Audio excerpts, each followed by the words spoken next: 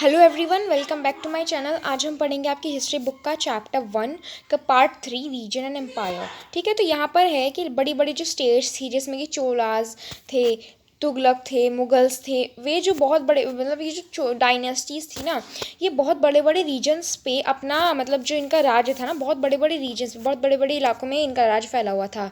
संस्कृत में एक वर्ड है जिसका नाम है प्रशस्ति। प्रशस्ति क्या मतलब क्या होता है? किसी की भी प्रशंसा करना। क्या करना? प्रशंसा या किसी की बड़ाई करना।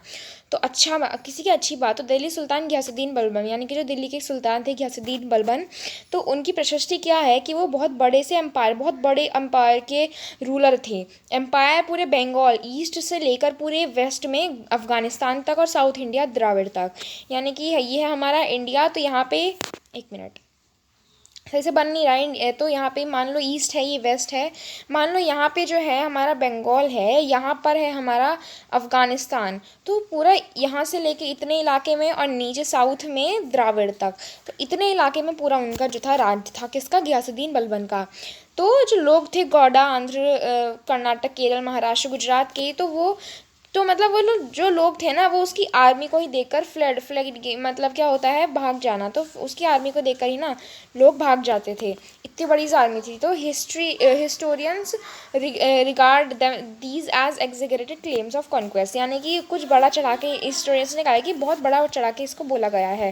लैंग्वेज एंड रीजन, तो यहाँ पर है कि 1318 में, यानी कि 13th सेंचुरी में अमीर खुसरो ने बताया है कि जो हर एक रीजन में ना, हमारे इंडिया में हर एक रीजन में अलग अलग लैंग्वेज बोली जाती है। जैसे कि सिंधी, लाहौरी, कश्मीरी, द्वार समुद्री कहाँ पे बोली जाती है? साउथ कर्नाटक में बोली जाती है। तेलंगानी कहाँ बोली जाती है? आंध्र प्रदेश में। गुजरी गुजरात में बोली जाती है। महाबरी तमिलनाडु में। गौरी बंगाल में। अवधी ईस्ट यूपी में। हिंदवी दिल्ली के आसपास के इलाकों में बोली जाती है। लेकिन अमीर खुसरो ने ये भी बताया है कि संस्कृत में एक ऐसी लैंग्वेज है जो किसी भी पर्टिकुलर रीजन की पर्टिकुलर एरिया से बिलोंग नहीं करती है। ये पुरानी लैंग्वेज है और इसे कॉमन पीपल नहीं जानते। ठीक है, सिर्फ ब्राह्मण जो थे ना, पहले तो इसे ब्राह्मण ही जानते थे, लेकिन अब तो आप भी जानते हो इस लैंग्वेज को। तो यहाँ पर क्या है हमारा, या तो यहाँ पर है कि 7 सेंचुरी में ना रीजन्स ऑलरेडी पजेस, यानी कि रीजन्स के अपने ही एक कैरेक्टरिस्टिक्स थी, कल्चरल रीति रिवाज, ट्रेडिशन या पॉलिटिकल कल्चर, ऐसी कैरेक्टरिस्टिक्स थी अपनी, उनकी अपनी लैंग्वेज थी। तो जैसे कि आप तो इसके बारे में चैप्टर 9 में पढ़ोगे, और वहाँ पे अलग अलग रूलिंग डायनेस्टीज भी बनने लगी। तो मतलब स्टेट्स में ना कॉन्फ्लिक्ट, यानी कि छोटे छोटे लड़ाई झगड़े तो रहते ही थे।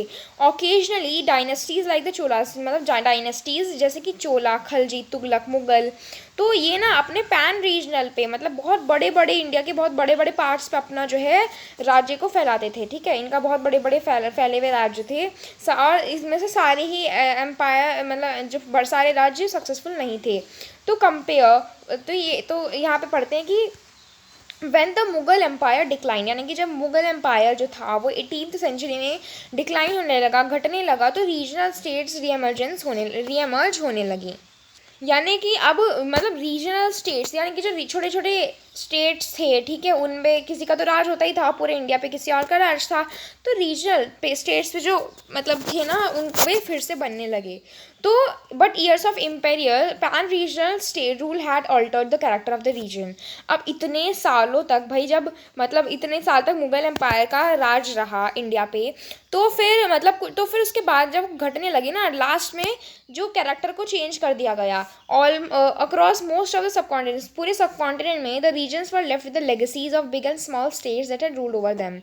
लेगेसीज मतलब रसाव थे, रह गए थे बड़े छोटे स्टेट्स में, राजाओं के जो वहाँ रूल करते थे उनके रसाव रह गए थे। This was apparent in the emergence of many distinct and share tradition, यानी रसाव मतलब आप उनकी कुछ चीज़ें रह गई थी। This was apparent in the emergence of many distinct and share tradition in the realms of governance and management of the economy, allied culture and language. और फिर बाद में मतलब कल्चर्स को लेकर, लैंग्वेज को, इकोनॉमी को लेकर चेंजेस आने लगे थ्रू थाउजेंड, हज़ारों साल तक, 700 से 1750 तक, यानी कि सेवन्थ सेंचुरी से 17th सेंचुरी तक the character of the different regions did not grow in isolation, यानी कि मतलब एक जगह पे ही ना, मतलब अलग अलग रीजन्स के जो कैरेक्टर थे ना वो चेंज होते रहे। ठीक है, these regions felt the impact of larger pan regional अब by regional forces of integration without ever quite losing their distinctiveness। तो यानी कि अब ओके, तो मतलब इस पूरे पैराग्राफ में यही बताया गया है कि मतलब कितने चेंजेस आए थे, ठीक है। अब यहाँ पे है ओल्ड एंड न्यू रिलीजन्स, अब जो पुराने और नए रिलीजन्स हैं, रीति रिवाज हैं,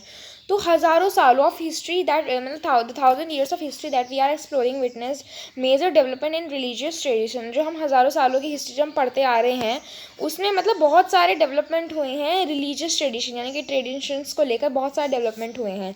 peoples belief in the divine was sometimes deeply personal but more usually it was collective. अब यानी कि